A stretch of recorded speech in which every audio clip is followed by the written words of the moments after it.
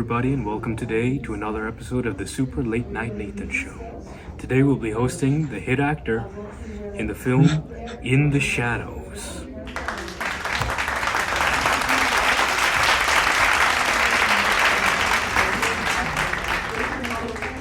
Thank you for coming on the show, Emil. Thank you.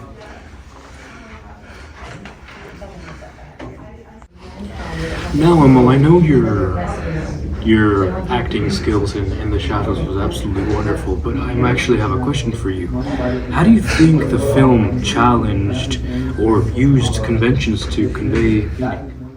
Well, our movie opening leans into a classic mystery and horror conventions, but also tries to tweak them to feel fresh.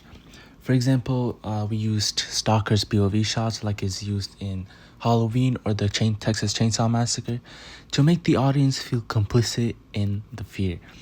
We also did it at night to get that dark and low-key lighting, and we also included eerie, non-diegetic sounds to build tension without relying on traditional jump scares. But we also challenged some traditional conventions too by making both victims male, which flips the stereotype that only women are vulnerable in horror. Also, instead of using traditional jump scares that's used in most horror movies, and we decided to use something called psychological dread. We represented this by using lingering shots of the stalker or the kidnapper in the background watching me. And this adds to the mysteriousness of the stalker character, and we challenged some conventions and gave the character supernatural characteristics as well. We can see the stalker teleporting in some instances. 1 second you'd see him far away, and the next scene he'll be right behind you, which is something is unlikely to see in most. So, Emil, I know you were acting in The Shadows, but how do you think the film itself represented social groups or social issues that we have in the world currently? Well, our movie opening is really trying to represent teens and young adults, which is a common target in these type of movies. It's funny, when we were filming this opening, it really hit me how much it taps into that basic human fear of being watched. Like we've all had that moment walking home at night when you hear a noise or feel like someone's behind you. That's the vibe we really wanted to capture. The idea that danger isn't always some dramatic, obvious thing. It's quiet, it's patient, and it could be anyone. It's scary because it feels real, And I think that's what kind of makes it relatable, even if it's extreme. Whether it's the way that we are taught to be like hyper aware of our surroundings, or how social media makes us all feel a little exposed these days. There's this underlying tension in society about safety and control. Our opening plays with that, how easy it is for things to, change from normal to terrifying in just a few seconds. How horrific the actual activity kidnapping has on our world and how regular it is really horrifying. Emil, now that we know how your actual film addresses social issues and groups, how do you think your film actually engages with audiences, really puts them into the universe you wanted to portray on film?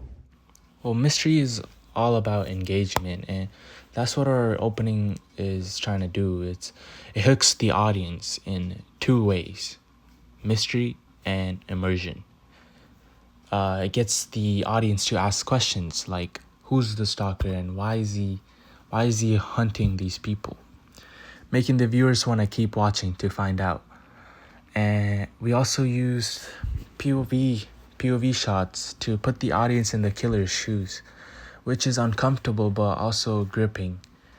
Also by setting scenes in regular places like the park and parking lots, we tap into that fear that this could happen to me. Yeah, really made me shiver and tremble in fear as I was watching this film myself, Now, how do you think, where do you think your film would be really shown to audiences and distributed to the general public? I had the honor of going to the premiere, so I got to see it, but how do you think normal people would be able to see it? Well, I'd want it to be distributed in movie theaters like IMAX and AMC, as well as on streaming services like Netflix and Hulu.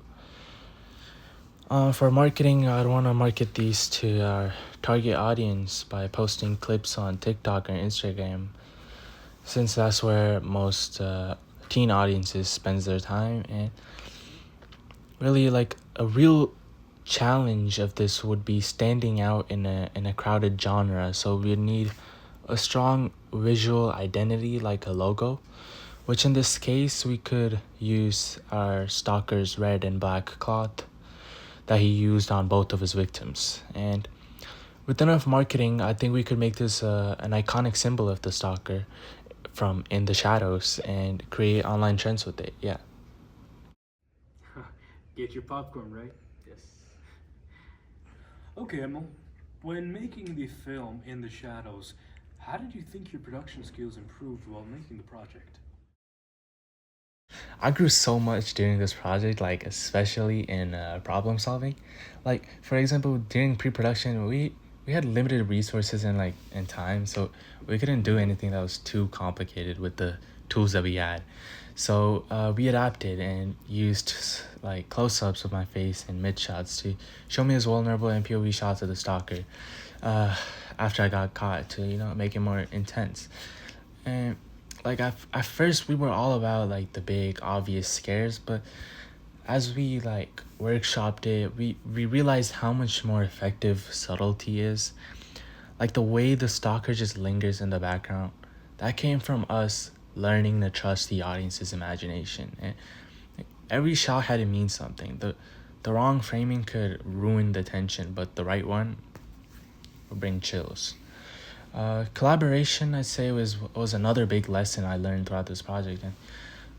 And like I mostly acted, but I also helped plan how to edit it, which taught me how performance changes in post production. So it was a learning experience for everybody. Yes, of course. Thank you. Now, Emil, we know that you weren't actually mostly an actor in the film, but how did you incorporate technology such as software and hardware into the actual production process of the film?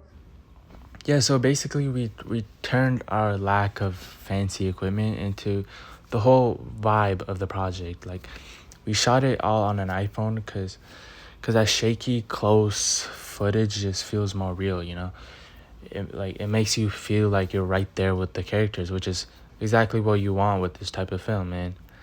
Uh and when we weren't meeting up, we would be on FaceTime just discussing what to do with the editing. And we did the editing on Filmora editing software, nothing crazy.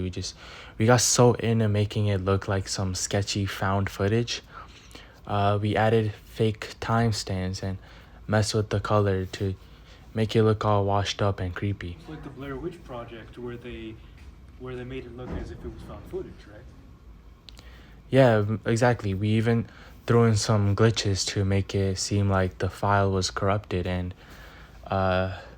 this for the sound, I mean, we went deep into like the YouTube's copyright free soundtracks to find these ambient noises that would just sit in the background and like mess with your head. Like it's funny, like, because we started out wishing we had real equipment, but by the end we realized that the cheapness was the style. Like the fact that it looked a little rough around the edges just made it feel more authentic and felt like it was something you shouldn't be watching. And honestly, that was way scarier to us.